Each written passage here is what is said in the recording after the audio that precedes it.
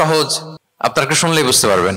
এক সাহাবী আল্লাহ রাসূল সাল্লাল্লাহু আলাইহি ওয়া আলিহি ওয়াসাল্লামের কাছে এসে তিনি বললেন, ইয়া রাসূলুল্লাহ হালাকতু ইয়া রাসূলুল্লাহ, হে রাসূল আমি তো শেষ। রাসূল সাল্লাল্লাহু আলাইহি ওয়াসাল্লাম বললেন, ওমা আহলাকা, কি হয়েছে তোমার? তো সে বলে, ওয়াকাআতু আলা ইমরাআতি ফি রমাদান, আমি তো রমজান মাসে দিনের বেলায় আমার স্ত্রীর সাথে মেলামেশা করে ফেলছি, একেবারে ফাইনাল মেলামেশা, আমার সিমেন আউট হয়ে গেছে বডি থেকে। এজন্য সে অস্থির হয়ে রাসূল সাল্লাল্লাহু আলাইহি ওয়াসাল্লামের কাছে এসে, ইয়া রাসূলুল্লাহ আমি তো শেষ, আমারে বাঁচান, আমারে বাঁচান। আমি আপনাদেরকে বোঝাচ্ছি হচ্ছে ফ্লেক্সিবিলিটি, ইসলাম যে কতটা ফ্লেক্সিবল এটা আগে মাথায় রাখেন, যে what is the essence of flexibility in ইসলাম।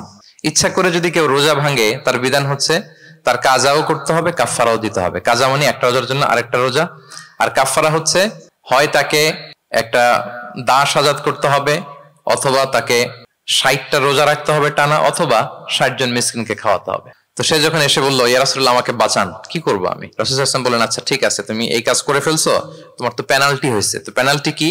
তো বলে যে, রাসূল সাল্লাল্লাহু আলাইহি ওয়াসাল্লাম বললেন যে তুমি একটা দাস আজাদ করে দাও। বলে, ইয়া রাসূলুল্লাহ এই সক্ষমতা আমার নাই, আমি দাস আজাদ করবো কোত্থেকে?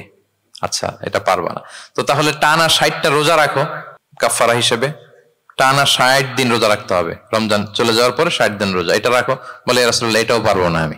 আচ্ছা এটাও যদি না পারো, তাহলে তুমি 60 জন মিসকিনকে খাবার খাইয়ে দাও।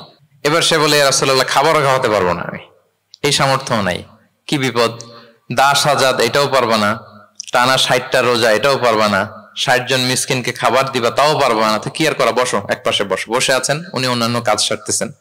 হঠাৎ এক ঝুড়ি খেজুর রাসূল সাল্লাল্লাহু আলাইহি ওয়াসাল্লামের কাছে আসলো, এক ঝুড়ি সাদাকার খেজুর। আসার পর রাসূল সাল্লাল্লাহু আলাইহি ওয়াসাল্লাম বললেন, ওই লোকটা কই যে এই কাজ করে ফেলছে? তাকে নিয়ে আসা হলো।